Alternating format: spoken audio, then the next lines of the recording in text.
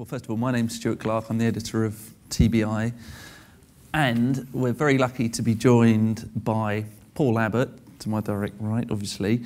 Paul is a BAFTA award-winning TV screenwriter and producer, written some of the most high-profile and critically acclaimed series of recent years, Shameless, State of Play, Clocking Off, to name just a few.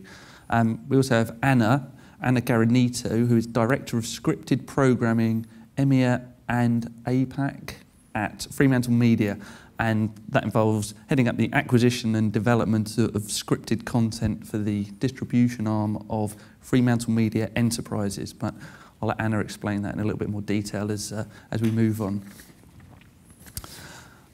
So I think a good place to start, given the picture behind us, is perhaps for me to hand straight over to Paul and say, Paul, can you tell us just in a nutshell about Hit and Miss, and perhaps tell us what the premise is and how it came about in the first instance? Yeah, the premise for Hit and Miss is basically an ex-male, transsexualized female who discovers she's become the father, that she is the father of a teenage child. When she goes in search of the teenage child whose mum's just died, she discovers there are 4 other siblings who come as a complete unit. She's gone in search of, he has gone in search of his son, and as a female appears as this child's father. And in what seems like a ludicrous slamming of concepts and diverse worlds, just tectonically slamming 2 things together, intimate pastoral family landscape, into which a woman, well, we call her a Glock with a cock, walks in and becomes, the outlandishness of the arrival of those 2 concepts together is something that you don't easily do in television because they tread on each other's toes. And you go, well, actually, they're the things I like most because life treads on your toes, and we keep writing drama like it's linear, streamlined, and all the characters are waiting for it to happen. I just love putting dramas together where the minute you put 2 elements together, the audience is already spinning plates because they've got so many questions about that situation before you've even started on your drama.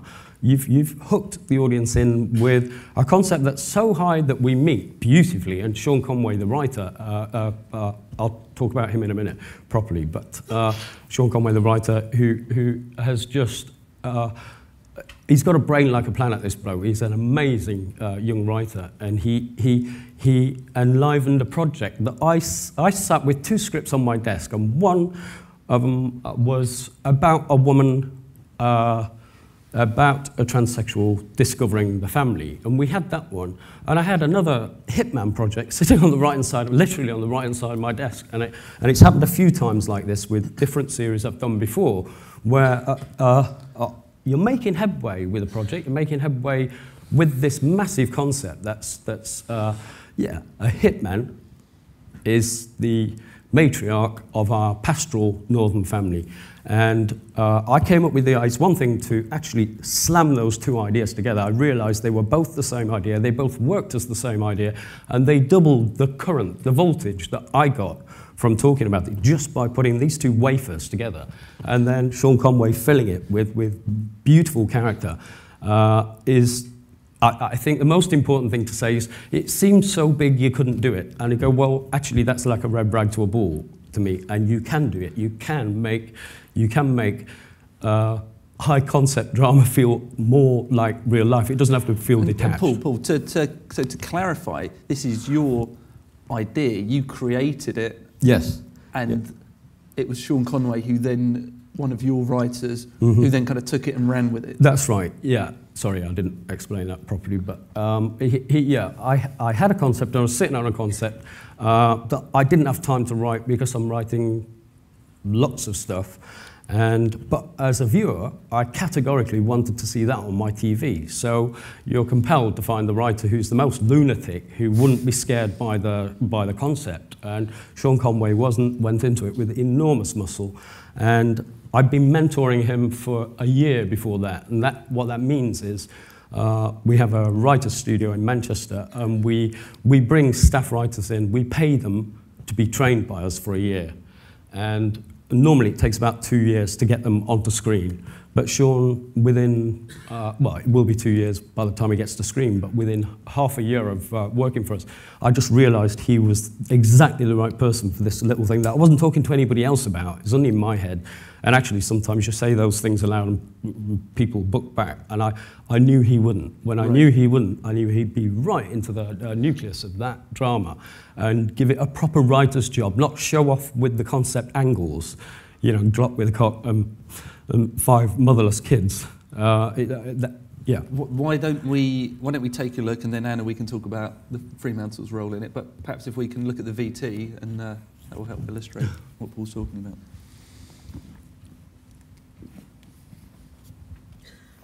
Can we roll the clip?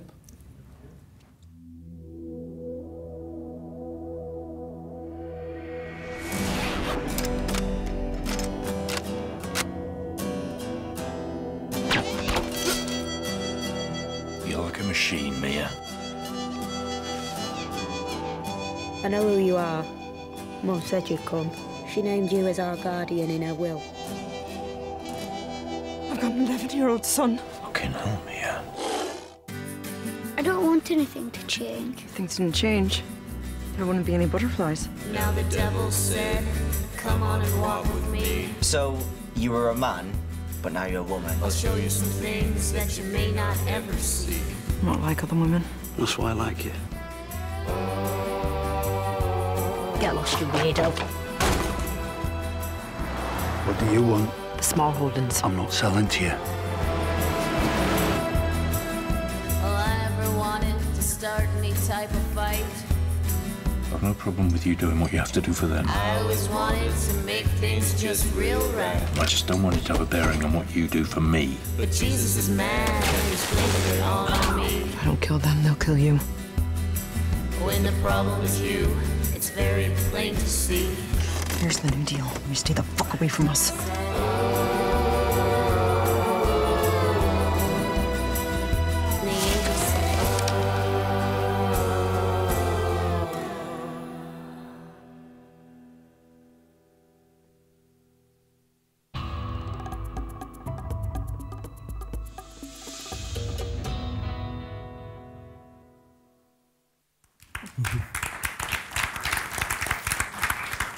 Well, it definitely works. We're really pleased with it. It looks fantastic. Yeah. Great prosthetics, unless Chloë Sevigny's hiding a secret. It's a big secret. Yeah, quite. Anna, coming to you, I mean, if you could just kind of maybe tell us about your role at FremantleMedia, and then perhaps how you're working with Paul, and further to that, this is as high concept as it gets. How perhaps you expect it to work in the international markets? So I work within the global content division within FremantleMedia Enterprises. So the nuts and bolts of that is basically working with companies such as Abbott Vision to co-develop, co-create, support and acquire drama for international distribution. And, you know, I get support from our New York and Paris offices in relation to things such as pre-sales, co-financing, co-production. So, and obviously we've got an office out in LA that runs the US cable drama strategy out of there. So between us all, we have the world covered, more or less. I guess we started our relationship, it was about we're into our 4th year.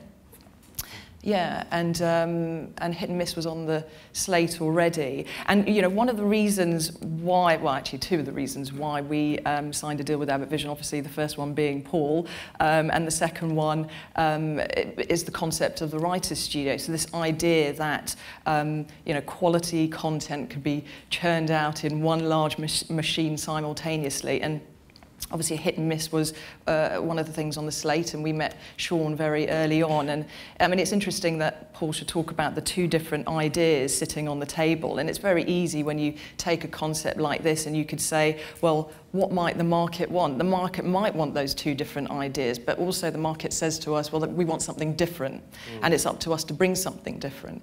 And I mean, from the word go, actually, I mean, the scripts have been amazing. I mean, and when you pitch that concept to people, they're immediately intrigued by it. They have to see what it looks like. And then, you know, I mean, obviously the promo is a teaser to that, but I mean, you know, what Sean and what Paul have put together is, I mean, it's one of the coolest dramas I've worked on, but I mean, just absolutely addictive viewing. And I mean, you know, we pre-sold it to the States just on the strength of the scripts, but we've now pre-sold it to Australia, New Zealand, Israel. I mean, it's generating excitement. And I mean, what kind of input, if any, do you have along the way, as you know, from scripts forward? Do you make suggestions, Paul? Do you take those on board in terms of, you know, obviously Anna and her team know the international markets back to front and might have input. Yeah, but I think you have to respect the two roles when we're sitting around the table, because you have all this international expertise, and I don't. I sit inside my own head and climb inside other people's, and it really is interesting to see how things are you know, how the marketing hits once it's launched. It's really interesting for me. This is the first MIPTV festival I've ever done. I've been writing for 35 years, and I'm coming now because we're working with Fremantle, and because the relationship's working, and because we're getting, you know, with a vanguard like that. Writers aren't going to bring us, they're not going to come to us with a midwife series, are they? You know, you'll inspire people. You know, I think I used to sit and complain about the amount of writers around a table who weren't prepped for that scale of work. And I'd bitch about it till I was blue in the face, and then that's why we set up the Writers' Studio, which is where Fremantle came in, who funded us, understanding the model early on. It's a very, very unconventional model. It looks like you're wasting money because you're paying people to train. I mean, to go off and work for other people. Tell us, how does the Writers' Studio work? How many writers are there? What kind of level of expertise do they have? What do you put them through? Well, we've got a range of. At the moment, we've got university leavers who we spotted 3 years ago with various scripts that we're floating about. What we'll do in that case is bursary the student for £2,000 just to keep them, well, to treat them. You know, you can treat them luxuriously for a student. £2,000's a lot of money. And so we pay them just to keep talking to us over a few years. You could get them talking to you without, but actually what you're trying to do is protect their time when we're talking around the table. And I do take notes really well. I take notes really well. We have good discussions. No, but it's my job. You know, I do think at the opposite end from here, you know, the diametrical opposite end, my belief is that you're meant to take an audience to a place they didn't know they wanted to go. You don't feed the market what it wants. You just go. Well, I don't think Shameless, which is a series I created 10 years ago, well, I wrote the first pilot 12 years ago, and you know, that didn't have a description of anything. You know, it had no protein in it that would tell an audience they could warmly sit down and watch a lovely bit of telly. They loved it because it didn't look like anything else for a start. And I think sometimes, you know, writers just don't think about the landscape that they're throwing up for the audience. You know, it's actually a story about family. It's just a story about family, and it's not artificial dressing to have her as an assassin. That's a job. It's always been a job since she worked on a rifle range in a fairground. You know, she was a lad who ran the rifle range, and there's because it's got really magnetic grounding in real life. The high concept, you can play a high concept. I think the problem when watching high concept stuff quite often is that it takes you away from your human. It's like sci-fi. There's brilliant sci-fi that actually is so visceral, but most of it, you know, I never know when they say the Federation's coming. I don't know whether that's good or bad, you know, because it's not a human thing. It's just one of those big threatening things that's invented. I'm rambling, aren't I? No, you're not. No, I was just going to say, actually, I mean, on a project-by-project basis, it depends on, well, it depends on the creative and how we discuss the project. But in all honesty, when somebody comes up with a concept as unique as this, I'd be an idiot to unpick that and think that I know how to give a note, whether I'm saying, oh, well, people want Shameless, or people want an assassin story. And it's, you know, whenever we would talk to Paul and to Sean, they had the vision so clearly in their head. And we trust them. And but that is exactly the benefit of funding the Writers' Studio, because that vision, before you start hitting paper, you've talked it to death. That's exactly what the Writers' And it's Studio residential, is for. right? It's a residential. They live in during periods. If they're local, they don't. But yeah, when we have story weeks, the writers, if there's a team, we've got a team of writers at the moment of 4. Working on a project, and when they get together, they come and stay and write in the same house. They go home and write their second draft, but the meat of it is discussed with everybody there, so they're not working in isolation, guessing what the other writers are doing. And you split your time between the UK and LA, so how do you connect with the writers when you're in LA? I mean, do they come with you? Yeah, they do. They do. Well, I mean, you're working out it's cheaper to get people to LA than Manchester from London. Virgin Trains, it fucking is. Actually, it's literally the same price.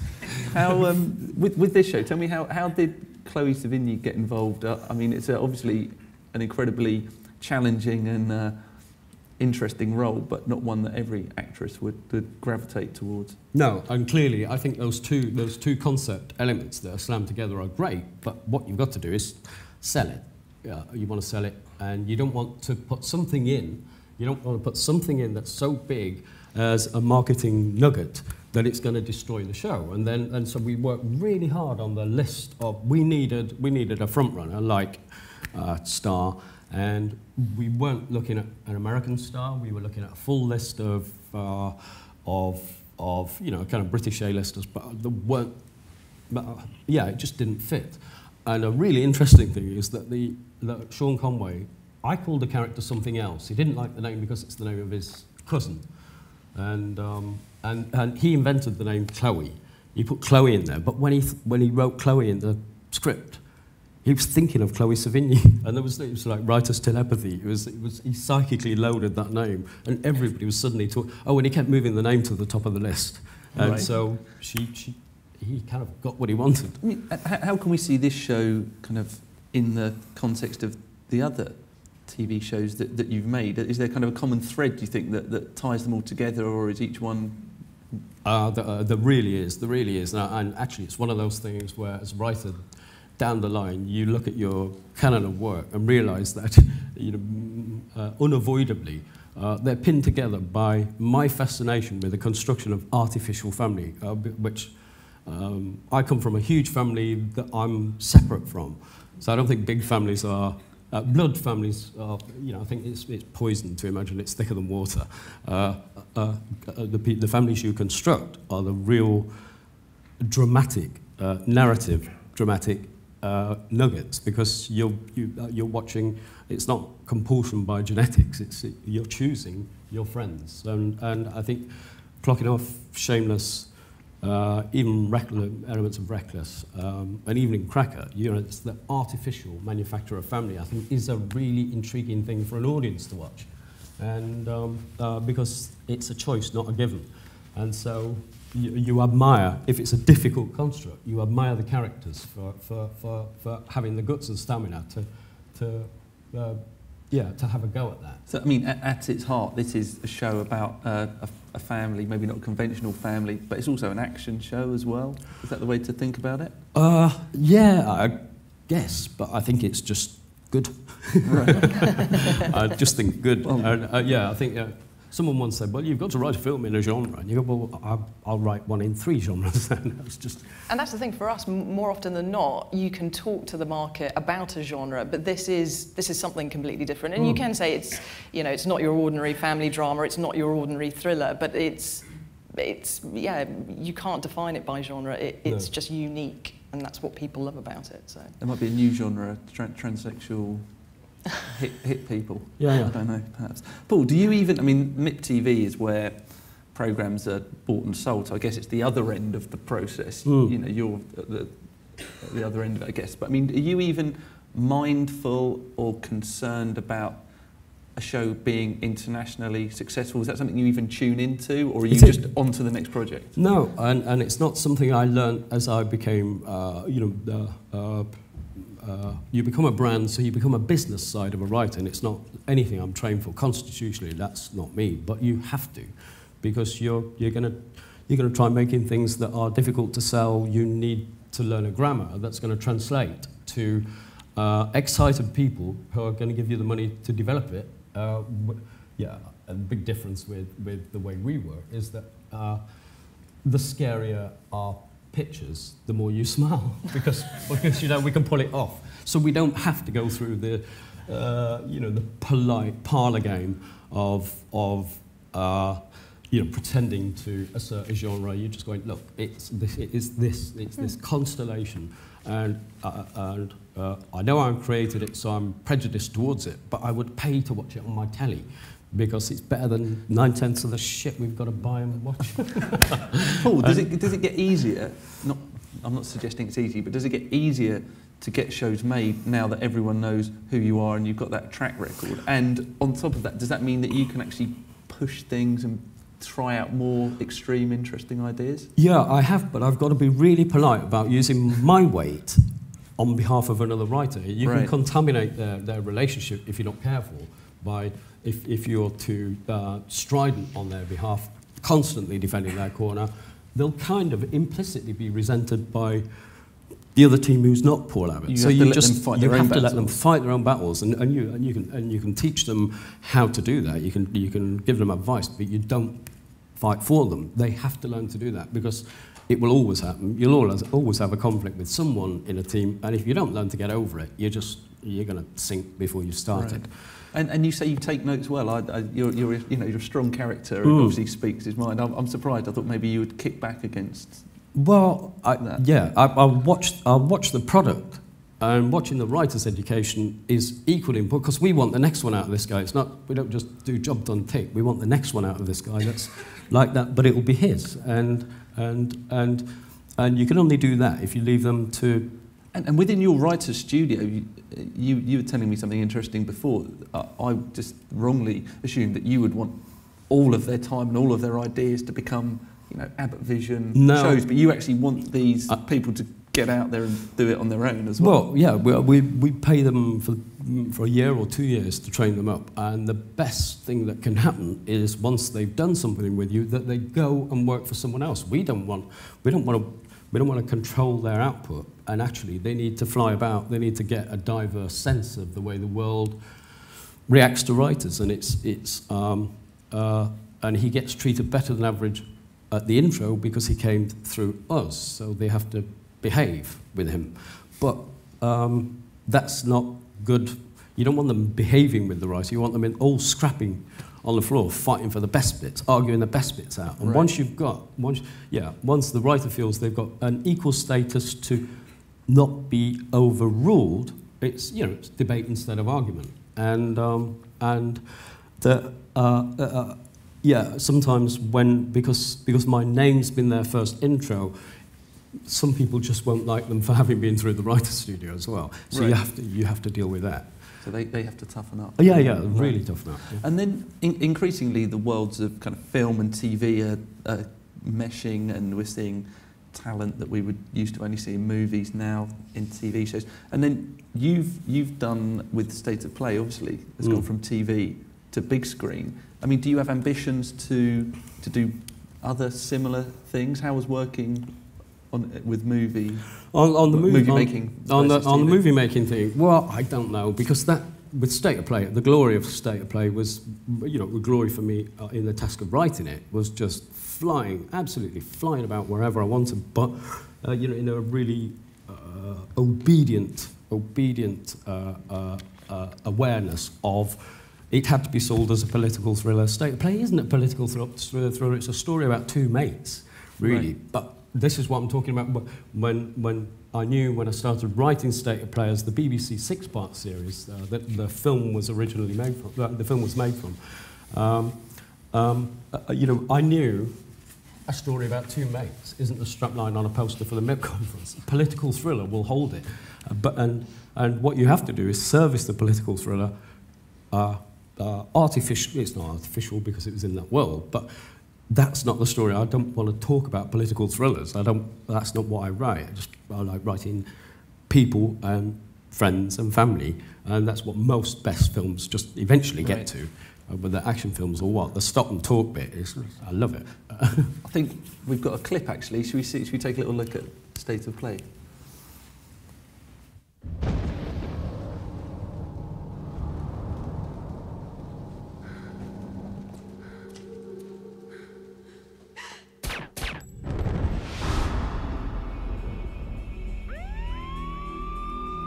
Coffee's free for friends of the press.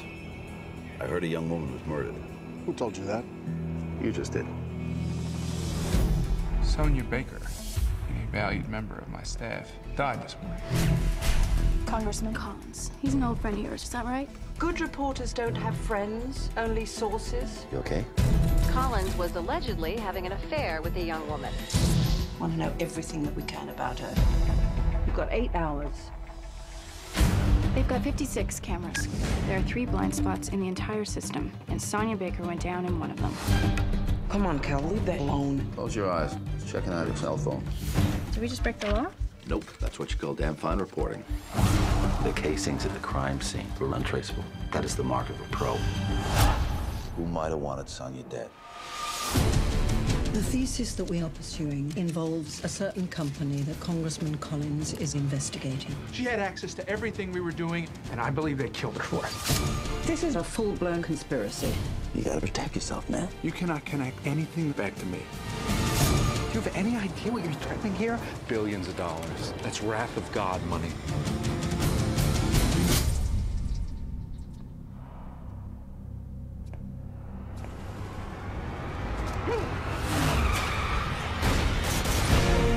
It's over, Cal. I can't protect you anymore. You follow any lead, and this story is massive. It's not a story, it's a case. And now you have blood on your hands. Do you really think that you're going to publish this? I trusted you. The newspaper can slant this any which way they want to. How do you think that's gonna go down?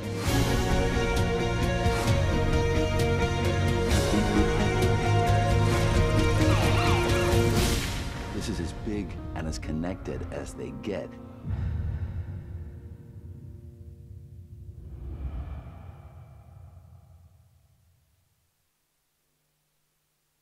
How hands-on were you with the movie? I wasn't, because I didn't want when the prospect of a movie came about. I was straight out of writing the first 1,000 pages, and the idea, and it was getting the reception I felt it deserved.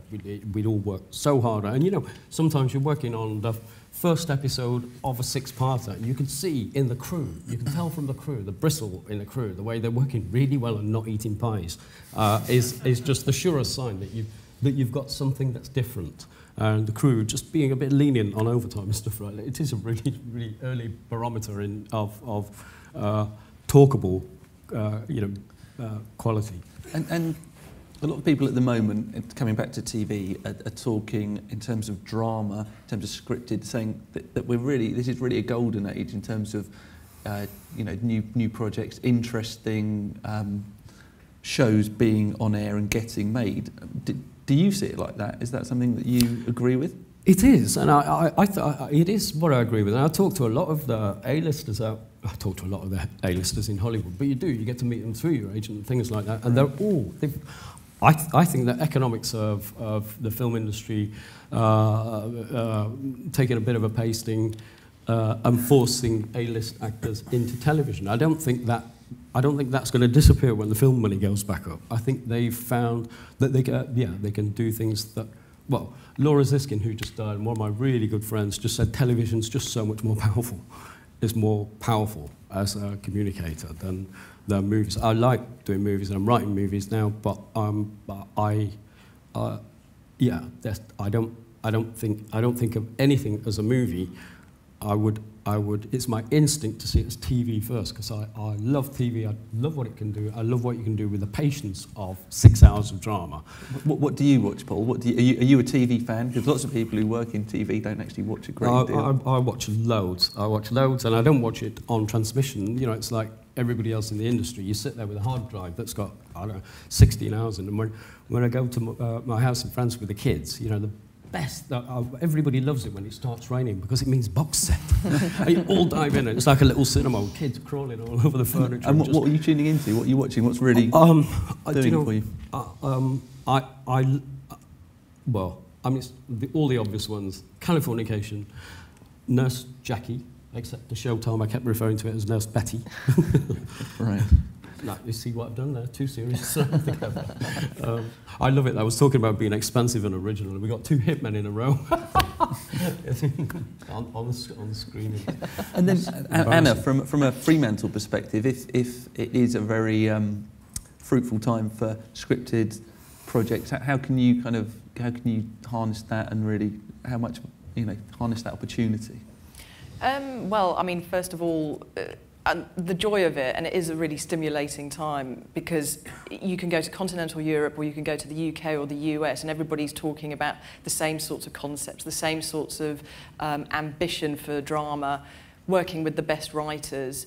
And, I mean, yeah, the TV industry, I think previously would have been considered the graveyard of film careers. And now you can actually be the most prolific actor, writer, director, producer, because you can tell stories for as long as they need to be told. And it's a brilliant place to be working.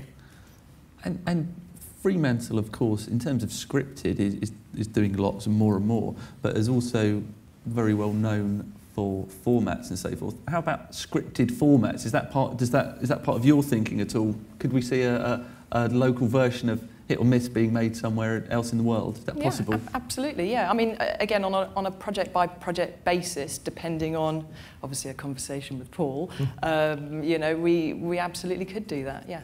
And of course, Paul, we've seen Shameless getting made in the States. Mm-hmm.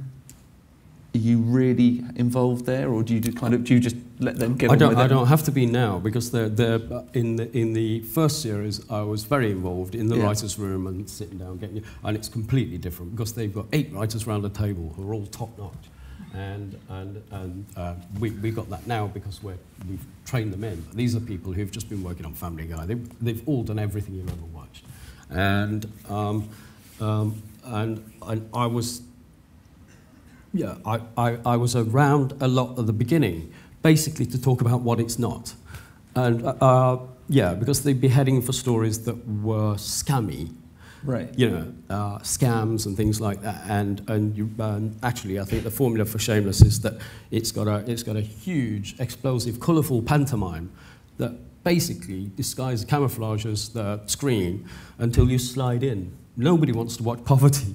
I'd pay not to watch a programme about a drama about poverty, except I wanted to talk about it and I wanted to make it, you know, it's the kind of life I was brought up in, and landscape, and yeah, I was desperate to see something on TV that I knew nobody would want to buy. So it's your job then to make it extremely viable.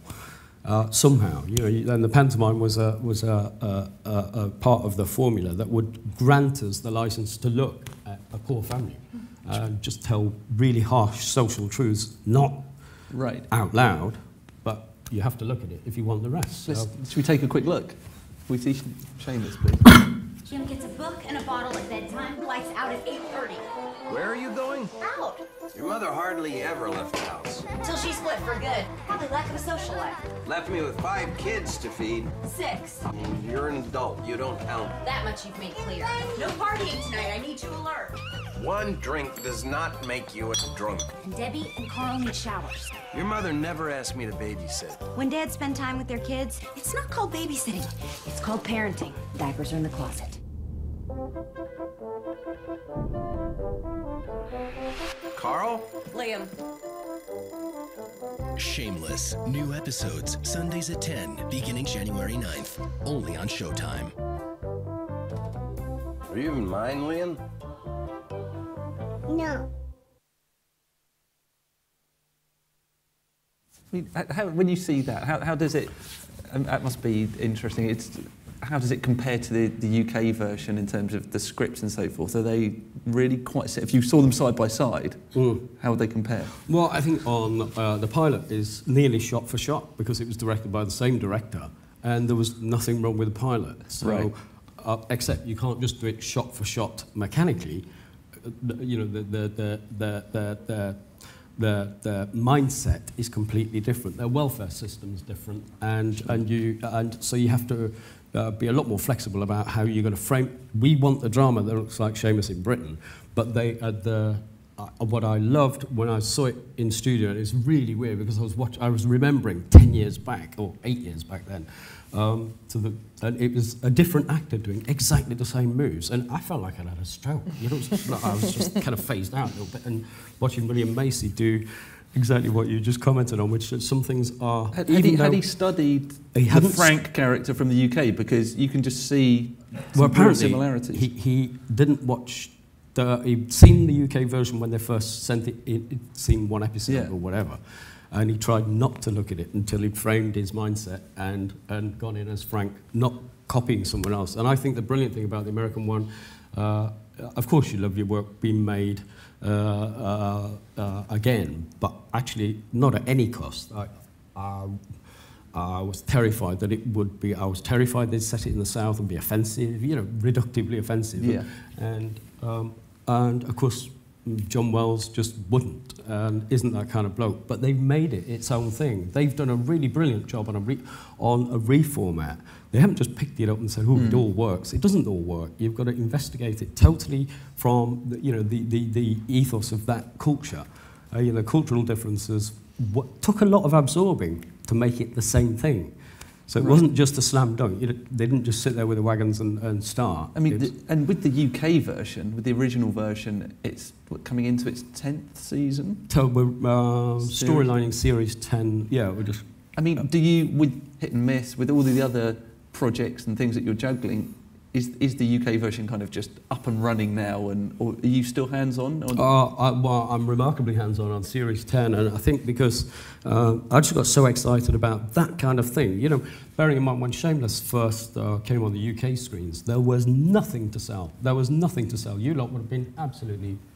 because we didn't even have a recognisable actor. It was the whole point. 75% of the cast had never been in front of a camera before. So that's a sales nightmare, except it's uniqueness, and it looking like nothing else attracted the audience initially. We had no sales points. Is it possible when something's been running for 10 series to maintain the quality? Do you look back and think, oh, maybe season 3 it dipped, or I mean, can you kind of do that time and again? Yeah, and you do, yeah, it does dip, and then when you've walked away and you have the initial story input, when you walk away and you see it going wrong, or you see it going wrong for really for silly, nonsensical reasons, and writers get lost, new writers get lost.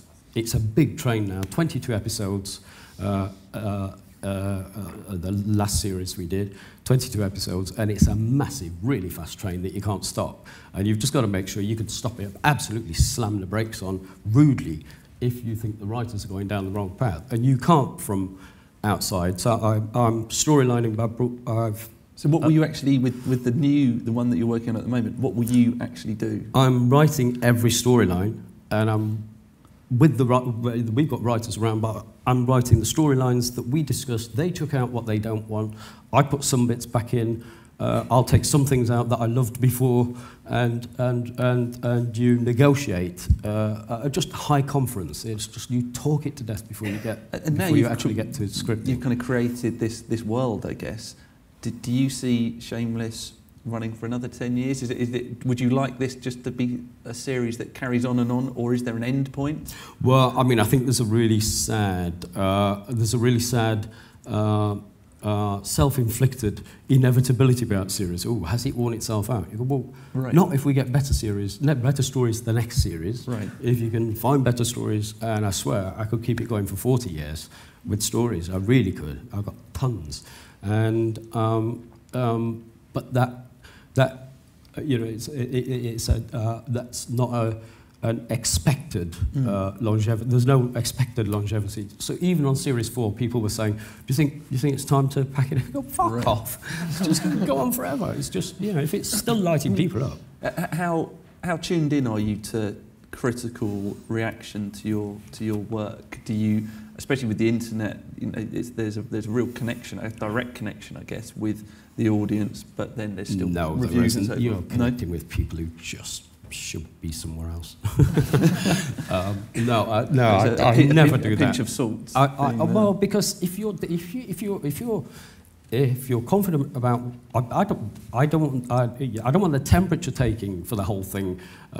You know, when they do those awful figures, when they do it in 5-minute breakdowns of who watched what and who went to the toilet when, it terrifies me. I'm not meant to see that stuff because my job is to make sure they're still watching 10 years later, and I can do it from my end. I'm good at that. And that could prevent that process. Yeah. And then, Paul, tell us what's coming up from Abbott Vision, from you. What are you working on at the moment? You told me a fantastic show that you were working on as we walked up the stairs. Yeah, and it's a police series called No Offence, and it's a really dark comic, not a spoof. And if you imagine Pulling, the girls in Pulling, but as 3 detectives, and there's a whole.